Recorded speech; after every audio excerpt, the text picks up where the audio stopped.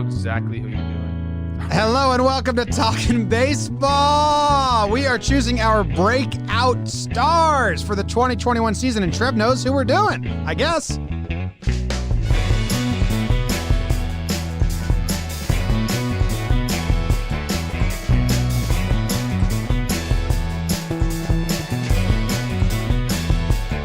Hello and welcome to Talkin Baseball, presented by DraftKings. Thank you very much for tuning in and hanging out with us for a little bit. My name is Jimmy. Sitting next to me is Jake. We got Trev wearing tie-dye coming to you from California. And BBD, the producer in the corner, rocking a Talkin Yanks zip-up. How about that? We also said we weren't going to do outfits on the show anymore after the... Well, you can't flex your zip-up. Well, you started talking about Trevor's tie-dye. Wow. Well, Trevor's tie-dye's So a then I nice was look. like, well, you're going to bring that in. We sell this. But Yes, I can't do outfits anymore. I ran into a big problem where I didn't put a comma in a correct place. Sounded bad for the audio-only people. That was You know, hilarious. If you want to see the outfits we're wearing, come to YouTube and check it out. Come to the tube, baby. Anyway, this episode of Talkin Baseball, we have so many special people that I want to shout out for supporting us. And the first name already is a trip. What is that? Rogelio? Rogelio? Morphin. I'm going to call him Raj. Raj Morphin. Patrick Morgan. Bob. There's an easy one for me. Go. Bob. Corbin Simmons. Yara Kassam. Scott Castellano. Nolan. AJ Lionberger. Which is cool. Alec Pavone. Oh, that's very close to a name that Jake and I use as a joke. Scovone. Pavone. Kit Clement. Love that. Kit Clement That's sounds a like... baseball name. No, that's like a 1800s California, came from the West baseball name. The league really didn't know where it was headed until Kit Clement came up. Yes, perfect. Franziska Brach from Germany. How about that? Thank you, Fran.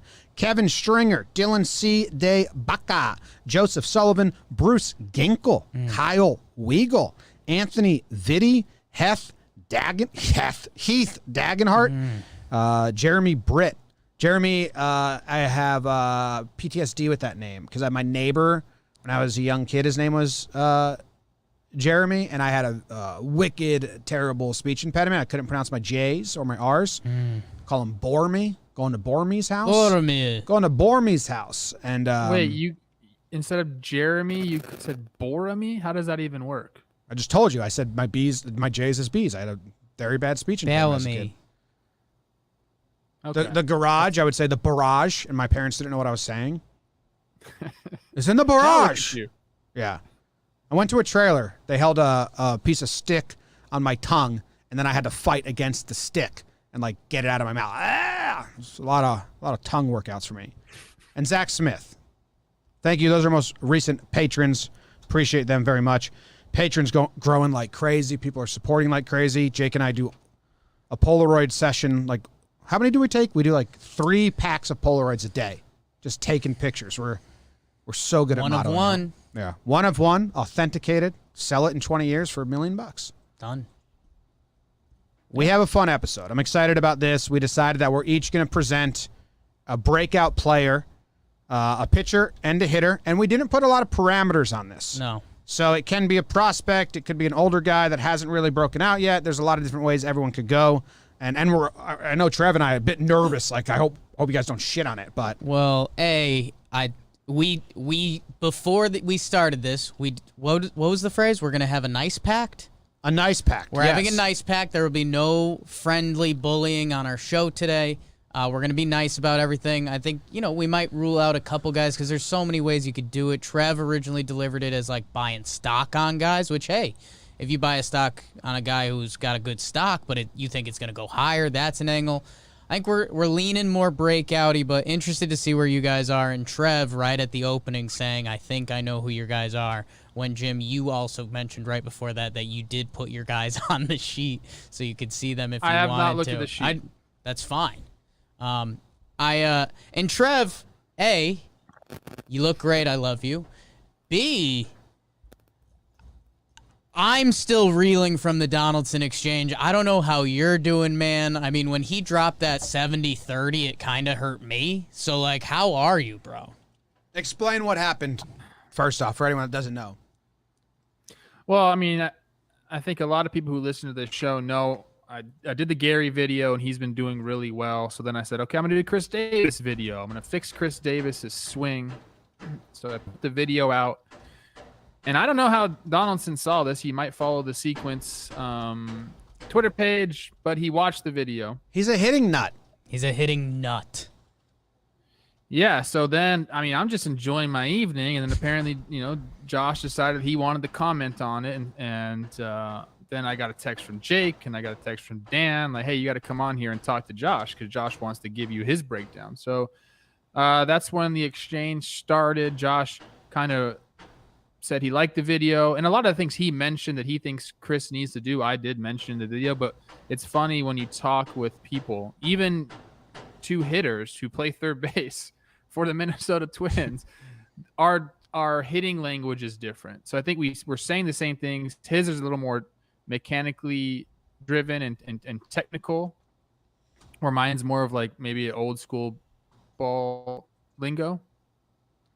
But we went back and forth, man. I thought we had a really good discussion. And then the following day, we got all the leads together, and you can go read it on the Sequence Twitter page. It's pretty cool. Got a little choppy on us, but the Sequence Twitter page has it. And Sequence had its best day in podcast history yesterday, so Sequence is blowing up. You're fixing swings. Everyone You're go saving check out. careers. Thanks, You're saving lives. Chris Davis, 0 for 2 so far, so he hasn't watched the video yet. Well, he's hurt. Yeah, he's 0 for 2. Trev, yeah, I don't. he's hurt. He's not even going to be ready for opening day, which stinks. But hopefully during this time, he's going to watch it. Trev, there's a couple things that genuinely impress me about you. Your wife. Not sure again why she's kind of with you, but okay. 2, whenever I find out a fun fact about you in like a baseball, like when I saw you had an at-bat against Mariano Rivera, I was like, Jesus Christ, Trev stepped in the box against Mo. Like, that's insane. I always love that. And then 3, I've always been impressed that whenever we've talked about this, and even just like when we were still feeling each other out and you hated me for sure, I was like, do you have the itch at all? Like, I feel like, you see a guy or you feel good one day, and you've kind of been no. Like, I'm comfortable, man. I had a nice career. I'm not doing the minor league thing. I got a nice family. When Donaldson dropped that 70-30 on you, was there any like, well, should I get in the cage? And again, 70-30, he's talking about your weight distribution. You were 70% back and 30% forward, so you weren't balanced over the plate, correct? Yeah, that's what he was talking about. And, it's not universal that you have to be a 50-50 guy. But for Josh and the way that he swings, that's what he does. That's how he's able to get that rubber band effect. He starts 50-50, he gathers, then it allows him to have the separation between lower body and upper body. And that's where a lot of his power comes from. Yes, I was a 70-30 guy. My weight was back, because I had that problem where I drifted forward with my head and my upper body. So I tried to counter that by starting back, pushing my hands back a little bit. But, that could get you, if you're not perfectly synced up, it could get you in trouble. So, Josh was trying to help me out, and he said, hey, you should have called me. And then now that I do think back, I should have called him. Should have called Not him. easy to do. Well, I understood a lot of that lingo because I read that book last summer, King Swings by Jared Diamond, all about the hitting revolution and all those terms. So, like, he wasn't using a lot of commas in his tweets, JD, so it was a little even more hard to understand what he was saying. But, like, yes, no hitter, I didn't know about that, but I know what that is because I read that book. It's basically like you got to be able to be going after every pitch, yes, and then at the last second choose not to swing, where Chris Davis is very much the Barry Bonds effect, which is a different where, if you're swinging fully. You're never like stopping at this point, which is a lot of like Donaldson you'll see them just start and then stop at the last second. Where Barry Bonds was like, every single time I swing, I'm giving my A swing as hard as I can. That's why, two different approaches. Well, he's giving his A swing. He just means yes, no, just means continuously staying aggressive, like not being passive in the box at all. Because, now that all this data on pitchers and all this stuff, you have to be ready to get that one pitch. In the big leagues, you might get one pitch in a bat. You might not get any pitches to hit in a bat, but you have to be ready if you do get the pitch. So that's kind of what the yes, no thing means. It's cool. Go check it out. All right, let's get to this. Our breakout players. We're doing pitchers first. Does anyone want to go first? So I will open up with mine. Just research-wise, I did a lot of research, and then I realized today, as I sat down, I didn't do if they've played in spring yet, if they're injured in spring yet, and that I'm really scared. Like I should do a quick look, but I'm too deep. I can't pivot at this point, so I was like, shit. They'll get healthy. Yeah, they'll get healthy. Do you guys want me to give you mine, or do you want to go first, Jake? I want you or Trev to go first, because I was planning on going last because I wanted to see how you guys played out, because I've got options all over the board. My head was running wild. You know, I get a little more geeky than you guys into some of these deep cut players, but I know your angle. I'm interested to see what you got. Well, and my angle's a little weird. So Trev, you go first. You said you loved your pitcher. I'll go first. I want to almost write in our group chat who I think your hitter is. I think I have it nailed down, but you can guess in a minute. Yeah. Okay. For my hitter, or for my pitcher. Now, this is a guy who's kind of been on the breakout train for quite some time, and he's in an organization that kind of needs him to break out. And there was a really fun article that came out in The Athletic about him and Jesus Luzardo. So that might give it away, but I'm going AJ Puck. Okay. Mr. Iowa himself, ready to break out. The article I'm referencing, it just came out in The Athletic. He has had some injuries, missed 2020, and then he went to Florida to work out with your guys' guy, Cressy. And while he was there, Jesus Luzardo has a house, and he ended up moving in with Jesus Luzardo. So they've been playing roommate the entire offseason. He's been going to Cressy. And the funny thing about the article is, this has really nothing to do with the breakout, but it's funny to mention it. He started going to family dinners with the Luzardos, his parents live 5 minutes from him, and they started just crushing arepas. And if you know what AJ Puck looks like, he is listed at 6'7", 248. That's much thicker than I would have given him credit for, because he looks like a beanpole. He's 6'7", super skinny. So I think the weight thing for me is kind of funny. Like, he's putting on some weight when a lot of guys are, and this was mentioned in the article, Eugenio Suarez was getting off the arepa train. AJ Puck is now on the arepa train. But this guy they want him to be a starter, but they kind of have a rotation set. So my feeling is in 2021, he's probably going to have to start out in some kind of multiple inning relief role. And then maybe he works his way into the starting rotation if he's healthy and everything's going well. But this is the kind of guy that come September, down the playoff stretch and into the postseason, they could be leaning on this guy. I think they plan to be in a way. I like that, yeah, Trev. So I saw him when he first came into camp with the A's when I was there at spring training in 2017. Super nice guy. He's got the hair, the look, everything. He looks like he's from Iowa. But I think this is the year where he comes up and he breaks out. Okay. So you think the haircut helps him? He got the haircut. Kind of like, he did get the haircut this year. No fungus on your shower shoes. Who knows how long that's going to last? Because I feel like in Oakland, everything ends up growing back out once you're in the show. Yeah, no barbers. Yeah, Romo will help with that. Trev, I love it because one of the things I love, and as I was kind of trying to think of my guys, is there's everyone loves the shiny new object. And him and Luzardo kind of were 1A, 1B, these two lefties who sling it. If you look at Puck's minor league numbers, I mean, they're disgusting. Like, the strikeout numbers are insane. You don't see guys do that, almost a 13K per nine while starting through the minors. The guy's gross. I think if he – and I really like what you said with this season, Trev, where innings are going to be juggled and the A's kind of have some other starters. If he can mix in a few starts, get built up for that, and maybe he becomes a super weapon for him kind of in that hater role, his stuff kind of can be hater-ish. I like that as a guy to kind of break out on the platform for a team that should be either around the wild card or the AL West if they do it right. That's what I have envisioned as a weapon. A hybrid starter reliever kind of guy. Maybe he comes in and gets some of those high leverage innings because he's a different look for hitters.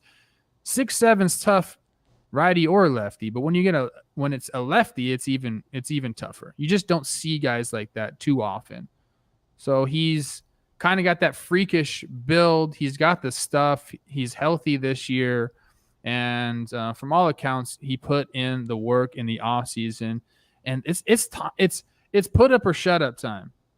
He's about to turn 26. Like it's his time to go. And around this time, that's when you start to get that real kind of adult confidence. And especially when he had a little bit of time in 2019, missed 2020. He's itching and raring to go. And I think this is kind of it's preparation mixed with maturity, mixed with arepas. I don't know. I just when I was going through these guys, this is the one that stood out to me. And I'm looking forward to seeing him and kind of how they end up using him throughout the year. I like it. Yeah, I like it. We when I was doing my research, I looked at a lot of articles of like each breakout star from every team, and you see a lot of the same names, and you just see a lot of the top prospects. So I don't know if you're taking like Nate Pearson, Jake, but he's on everyone's list. So if you want to go find those guys, like I think we're kind of staying away from Nate Pearson, Casey Mize, Luzardo. Like those are a lot of the big guys this year. And not saying they're not going to break out and have huge years. Right. I was trying to find a different angle. I wanted to find the guys that have been in the league. They have a couple seasons under their belt, but they haven't become the best of their potential, or they have not like been like a name yet. You know what I mean? So that was where I searched for guys that have been around that, I think maybe like this is the year they do something big. I'm staying in the same division as you, Trevor, and I'm going with Yusei Kikuchi. Yusei is technically on a contract year. Like he has a big, weird option that the Mariners can take, that they'd have him for like 4 more years, or he could be pitching for a trade or pitching for his career in the U.S., right?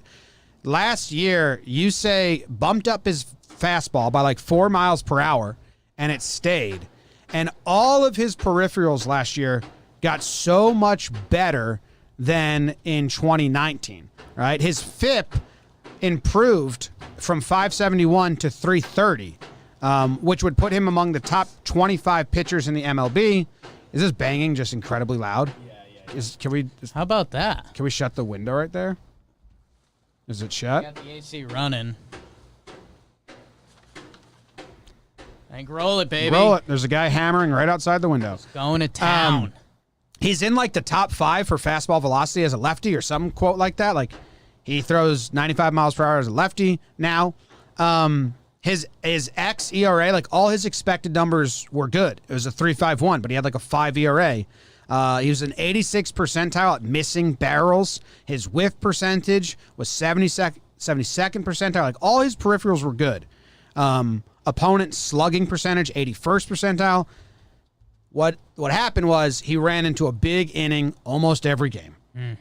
I mean, I think he gave up 27 runs. I think 20 of them came in multiple run innings. And in a third of his starts, he had an inning where he gave up 4 runs. That's an ERA killing machine right there because he walked too many guys. It was just nibbling and walking guys like crazy. Like I think he walked 6 guys in one game, 4 guys in one game. So I am hoping, and he said in some quotes himself that it was a mentality thing and that he just needs to attack and change. And he said it was like really difficult and he wasn't like being open with the rest of the team because language barriers and stuff. So if all the peripherals come to be real, Kikuchi could be pitching really well into a trade piece at the deadline. So I'm kind of eyeing him and hoping that he lives up to the expected numbers. He didn't live up to them last year because he gave up the big inning way too often. Yeah, so I like it, John.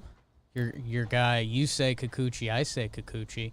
I don't know if you know this. I don't know if this was our group chat or if this was sidebar, but I have some not insight, but something from a big name around baseball, Trev's guy Jeff Passan. He said, he's like, yeah, Kikuchi does everything. He thinks it's a location thing with the wildness and those big innings. Yeah. If he can not leave the big one over the dish to get hit, like, he can do everything else. I mean, I didn't watch his starts, so I don't really know. But and Seattle's fans like let me know, obviously. Yeah. But the way it looks like is if he gets runners on base, and we see this from a lot of pitchers that come over from Japan, like, the game slows down, they start nibbling a little, they don't attack as much, because usually pitchers that come over from Japan don't have 95-mile-per-hour stuff. It's much more Tanaka, 92 fastball with a lot of extra pitches. His pitch mix is fastball, slider, curve. I think he did a cutter last year as well. So he's just got to locate better, and like I think he said, it's a mentality thing. So I like it. Pitch out of Seattle. Live up to those expected numbers. What I like about him, and I know this is a friendly pod. We're being nice here. Friend Nice pod. pact. I don't like a lot of the stuff about the pitch mix, but I do like what you're saying about the motivation factor. Like he's got to go. Yeah, I'm a big believer in contract years. I mean, Like they're not going to give him $16.5 million if he puts up a 5 again. No. And then he's going to have to go back to and maybe he wants to stay here and continue playing in the States and find another team. But I know, because I played with a few of the guys that came over from Japan. They don't want to go back, man. They don't want to go back and without success. Mm-hmm. This is a big deal for them. They could stay in Japan and continue to dominate. But these guys at the top of the game that come over, they want to have success here because it proves to them and everybody in Japan that they're one of the elite players in the world, and they don't want to have to go back and do that. So the motivation factor is huge. And you know what? He's in a tough division. He's in a really tough division to be a left-hander. So he's got to figure some things out. I think location is a huge part of it. As a lefty, when you have a bunch of right-handed guys, if you look at all the lineups that he's going to have to go up against, he's going to have to face Trout and Rendon. He's going to have to face Bregman, Correa, Altuve, all of those guys. If you're a lefty and you're not locating, I mean, you just go look at all the splits for those guys. They're going to crush you. So, yes, location has to be there. And he's in a rotation. You convinced me. I'm a guy that I'll be rooting for this year to go do it because I know what he's going through mentally from playing with a few of those guys. And he's in a rotation full of lefties, so there's a lot of people to talk to and get scouting reports from. Like, hey, Paxton, how did you pitch this guy?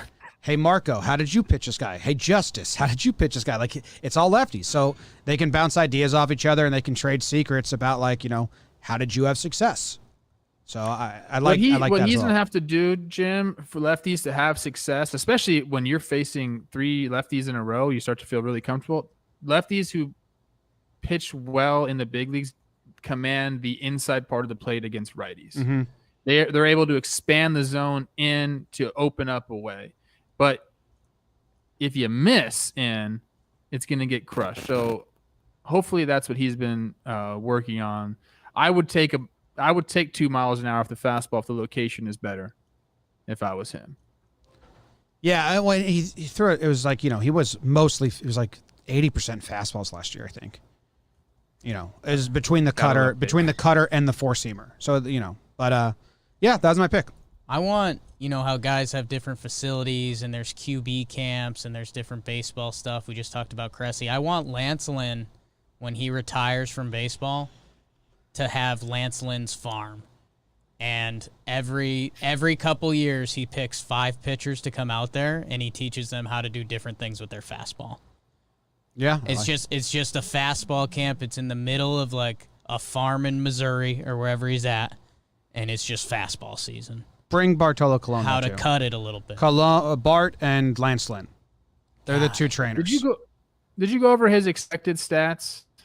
Kikuchi? From last year, because they had to be better than that was like what his numbers were. Yeah, they were very good. I missed that. Yeah, no, it was the basis for a lot of what I was saying. Like he was in the top percentile, and his expected stats were almost half of his results because it was all walks and big innings. So if he can just avoid, he pitched 9 games. In 3 of those games, all of the runs that he gave up came in 1 inning. It was a 4-run inning. It's not good. Like it was like if he got into trouble, he could not get Yeah. out of it. So, and that's why they're happy with the work you put in and all the articles I read, and they said like it's a mentality thing. That's what like Service said and all that. So we'll see. And ERA in 2020 is dumb. I mean, you had 10 starts. So Yeah. I like it. After I'm looking at the like kind of like you said, the strikeouts per 9, the walks per 9, homers per 9, hits per 9, everything was down. The ERA was still there just because of a couple bad innings. Yep. Love it. Jake, who you got? I love you guys. Again, dodging some of the big names. Get your Garrett Crochet out of here. Everyone's in on him. Ooh. Shane McClanahan on the Rays. I think I could have played that card, but I think enough people saw him in the postseason. And if you're a lefty that pumps a hunch on the Rays, I think you're going to be seen. I'm going with another Florida guy. And, Trev, this might get a little confusing because who's the Twins closer? Taylor Rogers? His brother is Tyler Rogers, who's on the Giants. Tay and Ty. And I'm Another going with a Trevor Rogers on the Florida Fish with arms. He is currently their 5th starter. He's 23 years old. He got a taste last year. He's a big boy, 6'5", 220, 23. And so his ERA got a little jacked up last year. His 6.11. It was only 7 starts, 28 innings. One of those starts, he got rocked by the Phillies. 8 runs, 3 innings pitched. Otherwise, he was pretty solid. And so here's my thing. Baseball's got a way of being baseball, right? And these fish with arms, Alcantara, Lopez, Eliezer, Sixto, I think baseball's familiar with a lot of those guys. If you're in baseball, I know they're the fish and they're doing everything they can. Rogers, man, he was a first-round pick. He gets the call. His fastball ticked up. I think his fastball's sitting 95-ish, 96 on a good day. And he's got the stuff. He pitched against our Yankees last year. It was 3-inning shutout towards the end of September, which is what it is. And, hey, all of these guys are going to have pitching inning limitations this year. This guy's currently listed as their 5th starter. And I just think, there's not going to be, if you're playing the Marlins every day, you come to the office, you're going to have a tough battle. He's the lefty on that staff. And the other thing that I really like is, so he got his taste of the major league. By the way, struck out 39 guys in 28 innings. Hello, I like that. He got roughed up. He got knocked around a little bit, but it's really just that one bad day. There's another one in there. But here's what I like. He faced, and we talked about this with the Central divisions last year, he faced lineups every day last year. This is who his starts were against. Mets, Rays, Philly, Boston, Atlanta, and the Yankees. He saw lineups every start. It's a little different than when we look at the Reds or the who were we looking at, like Darvish, and it was like Reds, Pirates, Royals, Tigers, Pirates. It's a different beast. So I think, he pitches in a pitcher's park. That always helps a little bit. I think, you get out of division some of the games this year. You're still be in the division, and I like that, he doesn't have to be the guy. Everyone's looking at Sixto. Everyone's looking at Alcantara. Everyone's looking at those other guys. I think this guy's legit. I love that we kind of ended up with all Southpaws. And I think if this guy wasn't in Miami, I think we probably would have talked about him a little more, but partially because of that, we don't. So I love a good Trevor. And if you're a T. Rogers and pitching right now, it's a good time to be in the MLB. Yeah, something that he didn't do well last year was second time through the rotation, looking at the numbers.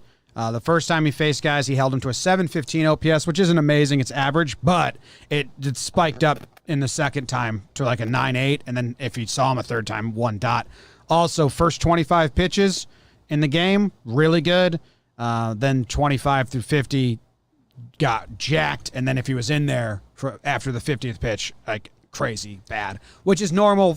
It's not for a first time through, especially facing those lineups. They know how to make the adjustment a little better than you as a rookie. So I like that. His expected numbers are on par with kind of what we were saying about Kikuchi, Jake. Like his expected slugging was half what the result was. It was like 344.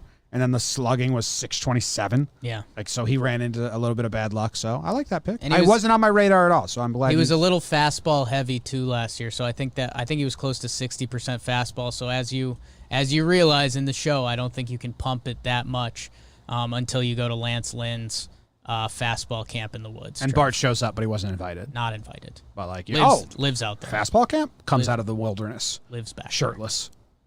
Glove on, baseball on the other hand, just like tossing it. The dream. Heard this is a fastball camp. Trevor? All southpaws for us. I like the 12.5 Ks per 9. That's the most he's ever had in his career. So that bumped up when he got to the show, which tells me maybe he figured something out with the balls, which I like.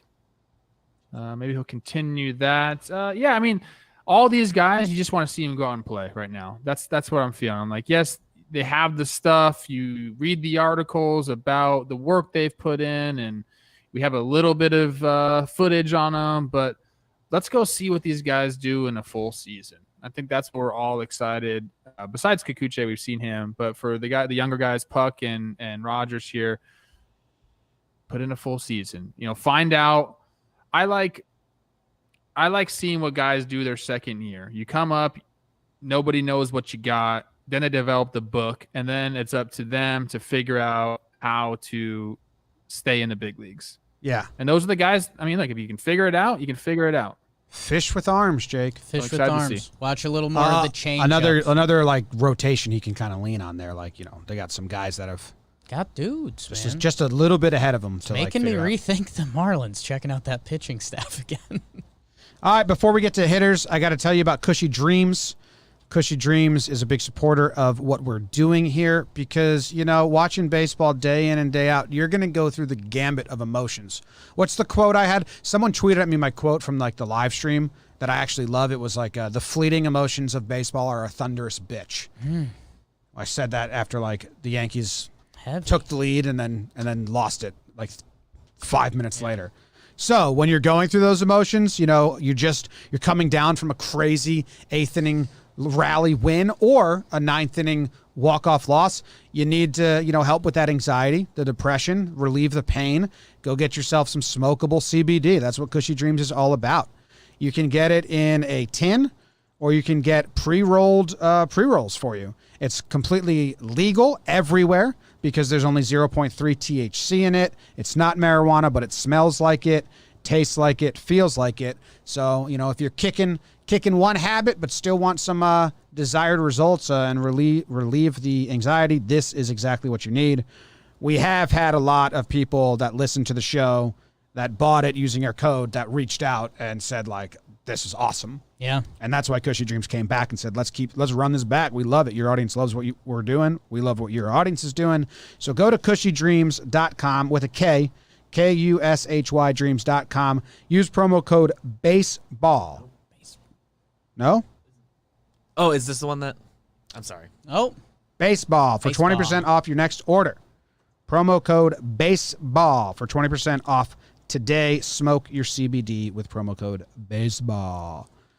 I'll go first on the hitters, unless, Trev, you're dying to. I know you were kind of searching and scratching. Well, can Trevor guess? No, Yeah, you're not going to guess. Yeah, I'm going to guess. All right, guess. I'm not going to. I doubt it. Kyle Schwarber. No, he's broken out. Okay. It would be like a re-breakout. Yeah. You were talking about like platoon and getting a guy in full season. Is he gonna get that chance? And before I give it, like, we'll shout out all the players that the audience is going to be like, how did you not say him? Like Bobby Dahlbach, but he's on everyone's list. He's not under the radar. Like, if you're not expecting Ke'Bryan Hayes and Dahlbach and Baum and Mountcastle to break out, like, there are names you should know, but I was trying to go a little deeper or a little different than all of those. So there's a lot of those, but I am taking my favorite name in baseball. Austin Slater. Wow. Austin Slater. I told you I was looking for the Justin Turner, the 29-year-old like breakout type stuff. And the changes that Austin Slater made last year were pretty significant changes in the way he swings, and he had really good results last year for the Giants. So I'm excited to see a full season of those changes, Trev. Look at some of his numbers. Like, his launch angle, so like, where he comes to the plane and makes contact with the ball, it was in 2017 1.3, 2.6, 3.5. Last year, completely different swing, 10.9, way higher. He was barreling balls at a much higher rate. His expected stats jumped up a lot more. So like he changed something, put it together. He had a 914 OPS last year, a 152 OPS plus. So if you want to say that's his breakout year, I don't think Austin Slater's on anyone's minds though. I love it. So the Giants, like Trev says, development over there, changing the swings. Thank you. Finally getting some love for my development take with the Giants. Yes. There's when you look at his swing path, and there's a change was made last year, and there was tangible results in the shortened season.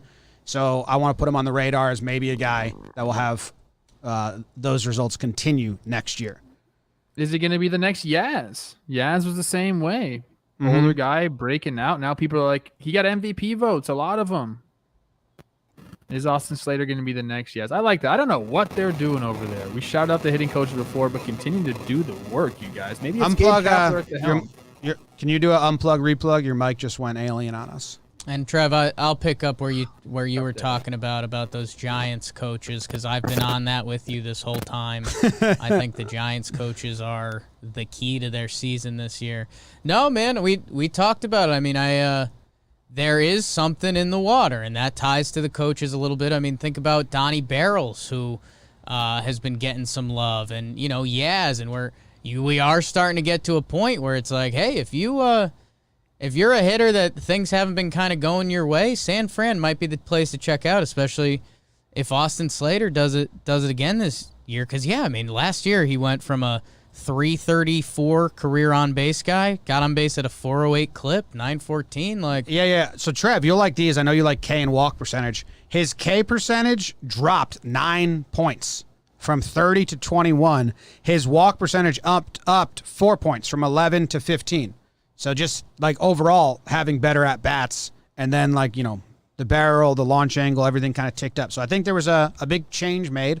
Maybe he went to see one of those swing doctors, and let's see. Well, what's that? He's a Stanford guy. Stanford guy. Yeah. So we mentioned that smart guy. We mentioned Donaldson already at the start of the show. He went to a swing doctor, totally retooled his swing. We mentioned Turner, same exact thing. Went to what's his name? What's his name? Soybean. What's the hitting coach? Who Turner went to? No. Turner. No, Turner. No, he didn't go to Van Scoyoc. That's who the Dodgers have. He went to Doug Lotta. Yeah. JD went to another guy that they don't like each other anymore. Van Scoyoc, who is the Dodgers hitting coach now. Yeah. So I don't know. Austin Slater. I was looking for guys that have bounced around like this. He's played a handful of games for 4 years now, but nothing you're really gonna write home about. And maybe this is the year he's like an everyday bat. It's also, man, another one of those things. It's like it's either you do it or you don't do it. You do it or you go home for a guy like that. Like, he's ARB eligible in 2022. Time to start making some money. He's probably out of options. I don't know if we can find that out, but that's always a big time in someone's career. Like, hey, I'm out of options, and the next time I struggle and they need a body, I could be a guy, and then I'm out of the organization. And once you get taken off a 40-man roster at that age, it's hard to get put back on one. So I like when you're talking. You took two guys. He has one option left.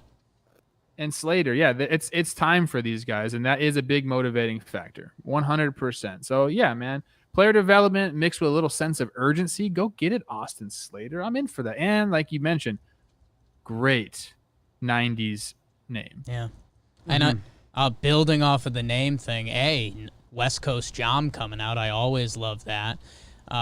B, he if we want, I think this is a Trevor Plouffe angle. Guy kind of moved around a lot in the minors and early MLB career. Last year, he was only playing corner outfield. I mean, in the minors, he was playing infield. He even played a little infield at the show level.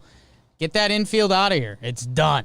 Done. I'm playing corner outfield, and I'm hitting baseballs. Who wants it? The Giants also changed their dimensions and stuff, which helped out a lot of the offensive numbers over there. But the swing and contact rates are also different. So it's not just ballpark factor. He put the ball in the air a lot more. I know you alluded to that with his launch angle. That's drastic change. That's a huge change, and that's gonna pump your numbers up right away. But then everything else is good too. So I like it, Jen. This is a deep cut right here. A real deep cut. I did a lot of 408 OBP, bro. I did a lot of research for this one. I just didn't check like how he's doing in spring or if he's been injured or anything like that. So that's where I may have fucked up. Well, the comments will let me know. Trev, I'm excited. I'll text Longo about him and see what we got. Love that. We'll update this. Flex. I'm excited for you, Trev. I know the hitter was putting you in a little bit of a whirlwind because you like a lot of the guys. You like the Alec Bohms. You're a Ryan Mountcastle truther. But who'd you end up landing on? I think I scared Well, I want to make sure you guys can hear me. Can you hear me? Something's going on. I can hear you. Your video went out for a second there. Is that damn raccoon messing with your internet?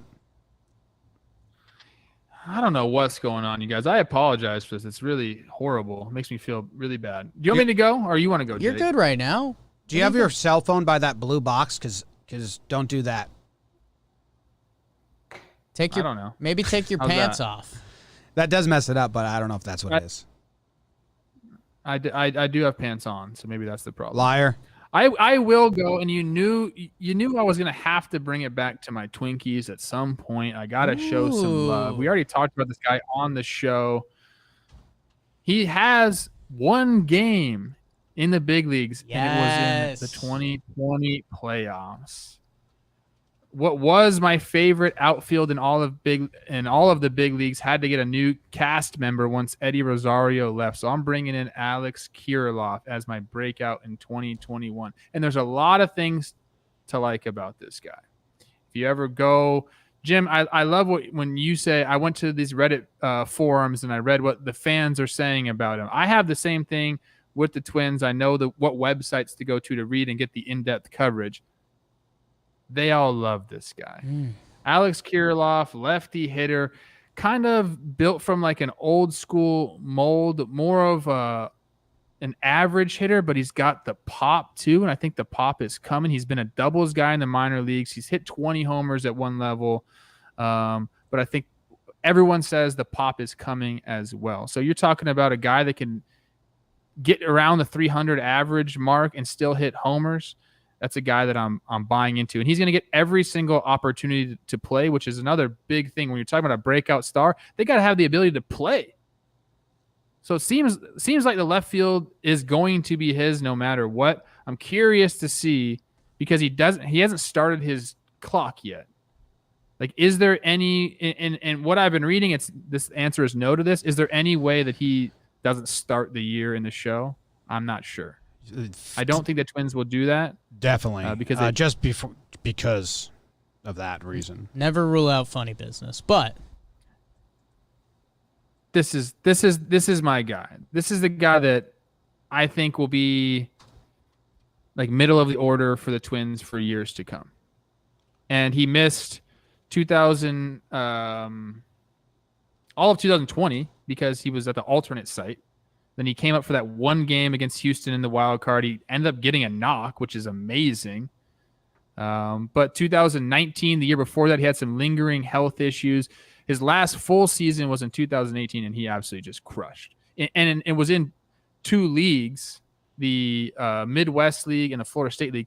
You just don't hit there. Those are not hitters' leagues. It's very tough to put up good seasons, and he did that there. Obviously, they think he's ready. They brought him up in the playoffs. He's going to get a run, like I said, at the job. I think he's going to run away with it. Well, right now he's gotten the most at-bats in spring in Twins camp.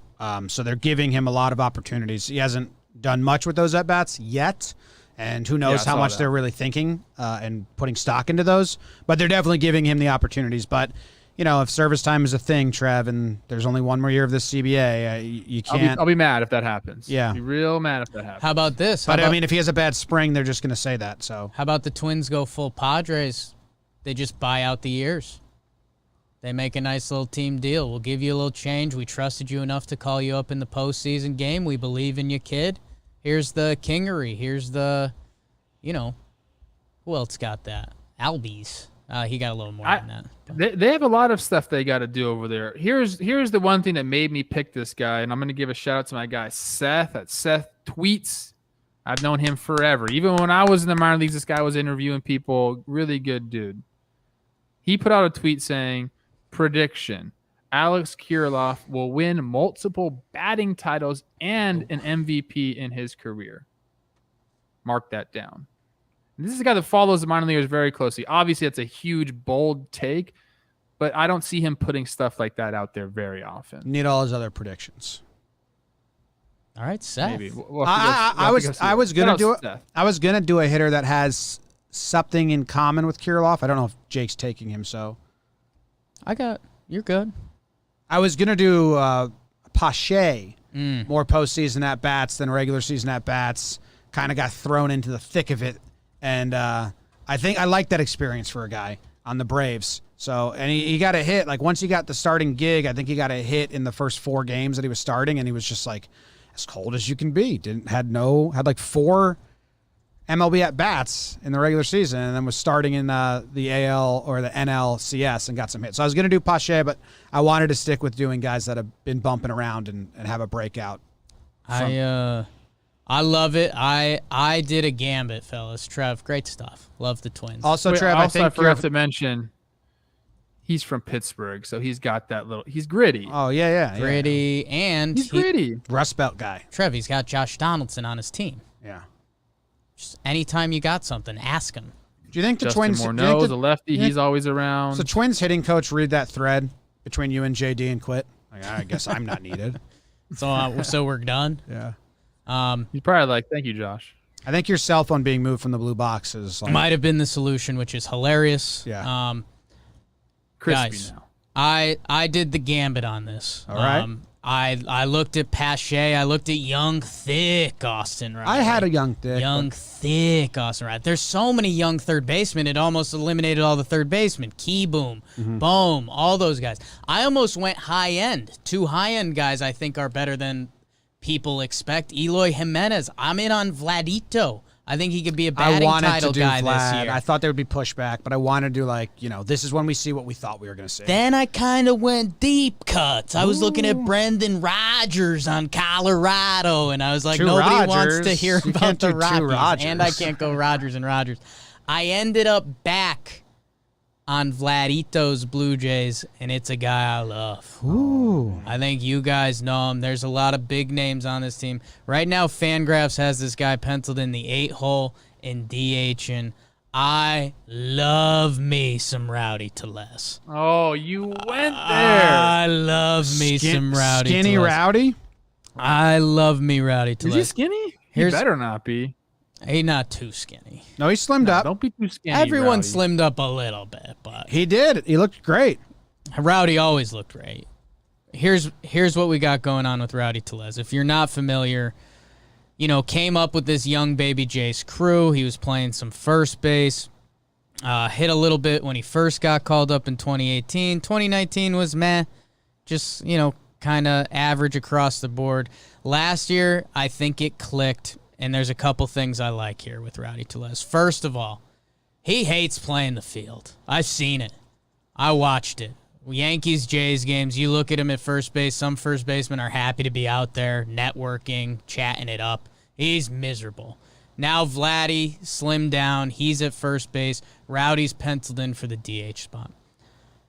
Rowdy, his BABIP last year as a lefty was pretty low. It was a 227, and he still had a 910 OPS from that side of the plate. So I could see that BABIP sneaking up a little more. And circling back on the DH thing, Rowdy last year, while he was DHing, he had a 950 OPS. When he was at first, he was 885. So it's small sample, small year, passes the eye test. A lot of people had him in trade rumors this year, and the other team would always get mad. You think we're trading X for Rowdy Tellez? I think that might come back to you. He turns 26 on March 16th, so a couple days. He's young enough. This guy's a hitter. He's a show hitter. It shows. and he got better as the year went on last year. He had a 917 OPS in August, a 1 dot in September. I think Rowdy figured it out. I think he got comfortable. And again, on the Trevor Rogers expectations thing, you think of all those other guys. I think Rowdy Tellez is a hitter. I think he might be the next like great DH for the league for the next decade or so. Wow. Not even breakout decade or so. You went really. He's got to walk a lot more. I mean, he cut down the Ks last year. Like he cut him in half, the K percentage. But that OBP, like, you know, you look at his career stats and you'd be like, oh, they're pretty good. It's like, the OBP needs to come up. He's above average in chase rating or in chasing, but he's also below average in making contact when he chases. So he eliminates that aspect of his game and gets more control of the zone. I think you have it. And he showed a little of that last year. The OBP went up to 346, and that comes with hitters with age. So I think that's coming too. I like that. I like the story of him maturing into a all-around hitter, not just kind of a swing and hit it far kind of guy. I got to see Rowdy in AAA a little bit back in the day, and I always liked this swing. I think it's a good swing that he can learn how to do that. For him, it's just having the right approach. And like you said, Jake, last year it looks like he figured some things out. This is another guy. Yeah, I definitely want to see how he does the whole, there's a book on you now. Pitchers are going to make adjustments. What's your adjustment? What's your chess move going to be? Like, is he going to have to, be more aggressive early? Is he going to have to work counts more? Is he going to have to use the, opposite field a little more? It's going to be up to him to see how the pitchers approach him this year over a full 162, but he definitely has the ability. He's a California guy, so I love that. And he's surrounded by a bunch of good, young, talented hitters that and I'm not saying he's like doesn't want them to perform, but there's a little bit of competition with all these guys there, man. Like all these guys are trying to establish themselves and make money. You got Bo Bichette, he's the flashy one. Vlad Guerrero Jr. gets all the headlines. You got Kevin Biggio, who is another one of those guys that gets a lot of headlines. Rowdy, he's kind of put on the back burner, and that drives you, that fuels you. So if he uses that the correct way, if I'm Rowdy, the way I'm thinking about it is, hey, you guys all do really well, then I'm gonna drive all of you in. Like, go get on base, go do your thing, and I'm gonna be the one that reaps all the benefits and drives you in. So I dig it. I'm curious to see the approach this year. Is he full bald now? I know he was battling the hair for a while now. Yeah. There's some pictures that weren't fun for a little bit. And then I think he shaved it off and went full bald, which I mean is just like a menacing look. Yeah. So I hope he stays full bald. I'm a bald DH Rowdy Tellez guy. How do you get your nickname to be your name? Like his name is Ryan John. He kicked a lot when in the womb. So like they were calling him Rowdy before he was even born. That's great. Like I would love if I don't really have a nickname, but if I had a cool nickname like Rowdy and like people just started to call me that, like he doesn't have to, like when he introduces himself, he doesn't say I'm Ryan John. He says I'm Rowdy, right? You never know. It's probably a battle for him. My sister is a nickname person who goes by a nickname that's very odd and weird, and we moved every 3 years, so it's a battle for her to be like, actually, people call me Ritzy. I'm like, what? Or I'm sure Rowdy deals with people being like, I can't believe your parents named me Rowdy, and he has to be like, no, they didn't. Yeah. Like, come on. Like my sister's like, he seems like his parents named named him Rowdy. It fits him. It fits. That's like why it works. If it didn't fit him so much, it wouldn't have stuck. And Rowdy Tellez is going to be a great, know how if we said 90s baseball names right now, I'd be grunting and groaning like, oh, Mark Roots Atlantic. I love that. Like, Rowdy Tellez in 20 years is going to be a name that we're like, oh, baseball guy. And yeah, man, this guy's played a little over a full season of Major League Baseball, 169 games, nice BBD. A 111 OPS plus, a 797 OPS, and that's with figuring it out, I think. So I think if you do those over 130 games, you could be looking at a 30 homer Rowdy Tellez. Okay. I'm in on it. I'm going to be watching him very closely this year. Hot. Where's he going to be in that lineup? So that's the crazy thing. I think he finds a way to sneak up a little bit. I think they try to do some balance stuff. They can do so many things. You can do different things with Cavan. And is Simeon MVP Simeon, or is he, a 780 OPS Simeon? I don't know, man. But that's the other, I think, expectations thing. I think Rowdy starts low, and then I think as injuries and stuff happens, I think he works his way up. Is anyone battling him in the DH spot? Is anyone taking at bats? They got Grichuk as kind of the bonus outfielder right now, but Tellez has the good lefty split. So I don't know. You wonder how injuries and rest days come up, but I think Rowdy's got a spot. He batted all over last year. 7 times in the 3-hole, 4 times in the 4-hole, 8 times in the 5-hole, 5 times in the 6-hole, 4 times in the 8-hole. So pretty even split. Rowdy. It's a great name. If they ever get to a chant where they ever get to a point where they can chant his name, Rowdy, Oh, man. Rowdy, Rowdy. Sounds a lot like Rudy, which makes it A little bit. in our heads click. He Yeah, that's can be the channelable. Canadian Rudy. Where's Rowdy from? Hey, Rowdy. Elk Grove, Northern California. Hell yeah. NorCal. What of it? Lifted trucks, It looks, smoking blunts. yeah, Rowdy's one of those guys that's praying that during the CBA they say universal DH. Extend his career. It's happening. Hates being in the field. All right, that's what we got. Those are our 6 guys. Again, we didn't want to do the ones that you can find on every article. So if you want the guys that if you're not a diehard baseball fan and you listen to us to get all your information, I love you. No, Luis Robert. Yeah, Luis Robert was high on a lot of lists. There's a lot of guys out there that I was just Gavin Wander Lux is Franco. the top prospect. Yeah, dude. Gavin Lux was on every list. Wander was on some lists. Yeah. Nate Pearson was on every Yeah, list. Wander's on the Mackenzie top of every Gore. Mackenzie Gear was on every list. Yeah. So Dylan Carlson was on a lot of lists. I almost went with him too. I thought I you were hope going to go he's with him. awesome. I thought you were going to go with him. I was Because he would be the switch hitter that would change the whole dynamic of that team. I almost went Harry Bader. I got lost baiting. You like Harry Bader. I do. You I just love Harry Bader. I think defensively he plays either way, and I think he figured out I'm just going to swing big. So I think he's going to be a 25 homer. The OPS is okay, and he's just going to cover terrain in the outfield. Yeah, you're not a Harry Bader, though, thanks to Manscaped. No. Keep it fresh. Yeah, I did. Oh, no. No. Oh, no. Oh, no. I thought you were doing it. That Key West trim. Tight. All right, thank you guys very much for tuning in. As always, we are all going on vacation this weekend. Yeah. We're actually all, I don't know if you're flying, Trev. Jake and I are flying out today. I'm not. We're gone as soon as this episode's over, which is in about 5 seconds. So we all will enjoy our vacations because pretty soon weekends are just not a thing for us anymore. BBD's not going on vacation, so follow him on Twitter. How about that? Yeah. You like that, BBD? I'll hook you up. I'm in kind of a race. I'll hook you up. At Big Baby Davis _ One letter is Someone different. else has got You that. figure it the out. code. Escape the room.